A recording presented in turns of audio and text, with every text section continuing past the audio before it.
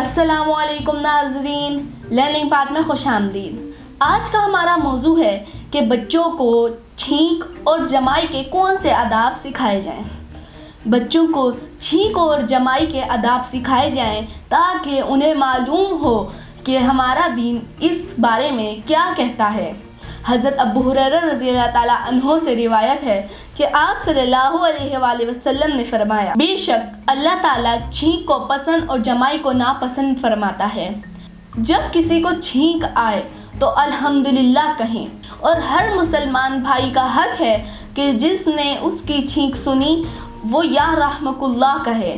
جمائی شیطان کی طرف سے ہوتی ہے، جہاں تک ہو سکے جمائی کو روکنے کی کوشش کریں، کیونکہ جمائی میں ہاں کہتے ہیں تو شیطان ہنستا ہے۔ حضرت ابو ہریرہ رضی اللہ تعالیٰ عنہ سے روایت ہے کہ آپ صلی اللہ علیہ وآلہ وسلم نے فرمایا، جب تم میں سے کوئی شخص چھینکے تو تم الحمدللہ کہو، اور جس نے چھینک سنی وہ یا رحمک اللہ کہے۔